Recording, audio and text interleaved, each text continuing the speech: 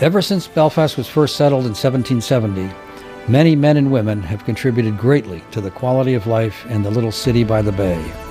There were the hard-working Scots-Irish families who came late in the 18th century, the shipbuilders who produced hundreds of 3-, 4-, and 5-masted schooners in the 19th century, the 20th century industrialists who built factories to process seafood, manufacture shoes, and process chickens, while employing hundreds of county residents.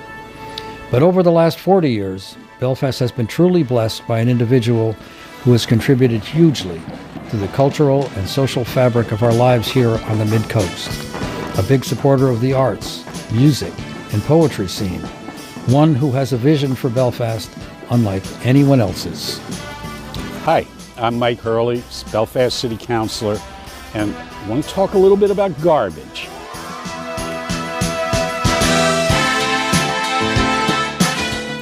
When Mike Hurley first came to Belfast from New Jersey in the 1970s, he might have looked just like any of the rest of us scuffy back to the landers who were flooding Waldo County.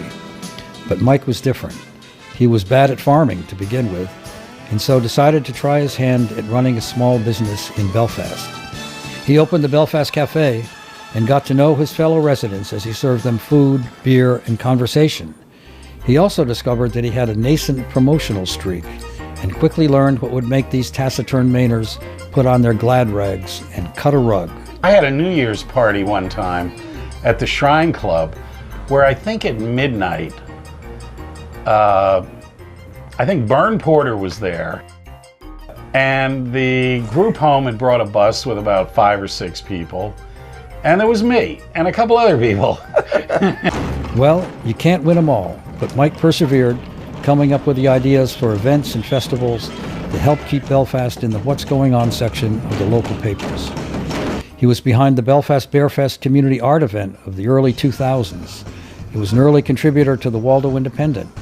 He started the Around Islesboro sailboat race, the annual Belfast Street Party, the community group Belfast Green Streets, the New Year's Bonfire, the Belfast Drum and Rabble Corps, and the Random Beats Street Band. The ideas just seemed to pour out of Mike organically, the way the little river flows over the dam at the Belfast Water District. I know everybody thinks I come up with these great ideas. I stole this idea, right?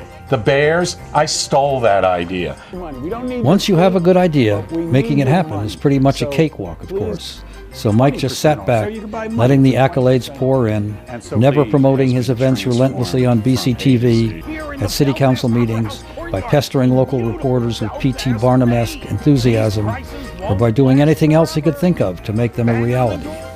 Well, I can tell you, having done a lot of events where I didn't do enough promotion and nobody came, I never, ever, ever believe that you can ever do enough promotion. Okay. You have to run scared. And if I see one thing is, people think because they have an idea and their 3 friends like that idea, they think, therefore everybody would like that idea. But they don't really do what's needed to let everybody know. You got to be willing to do the work. And it takes real work to do these things. Might seem crazy what I'm about to say. And then, of course, Mike got happy. 3 years ago, Mike decided that Belfast needed to become one of the many communities around the world that made a music video to the hit song Happy. Well, you know, I am on the cutting edge of popular culture. Mike and his camera crew went to nearly 100 locations around the city to film people dancing to the song.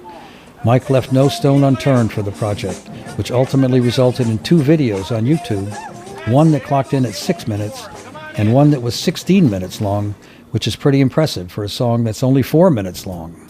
And I thought, we ought to do this in Belfast. And that was the idea.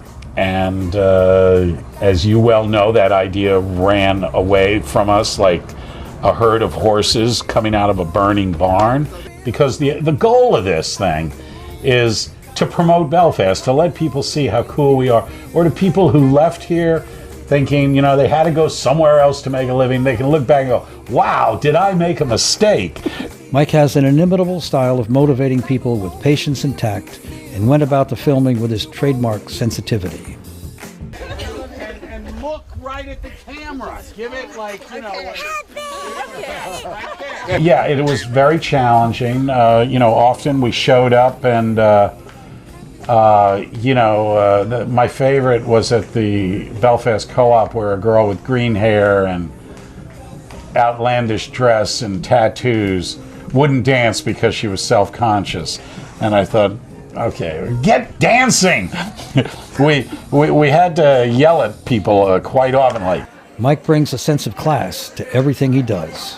We would bring this big sound system and blast it, and we would just get people going. We would like had our own go-go dancers. And But all kidding aside, perhaps nobody has done more to promote Belfast as a great place to live or visit than Mike Hurley. So we had ulterior motives here. Promote the Belfast as a destination, as a fun place, as a happy place, as a good place. Whether you come here regularly or just to visit once in a while, you're going to reap the benefits of Mike Hurley's big ideas and big spirit. Mike is Mr. Belfast, and he has spent 40 years getting stuff done.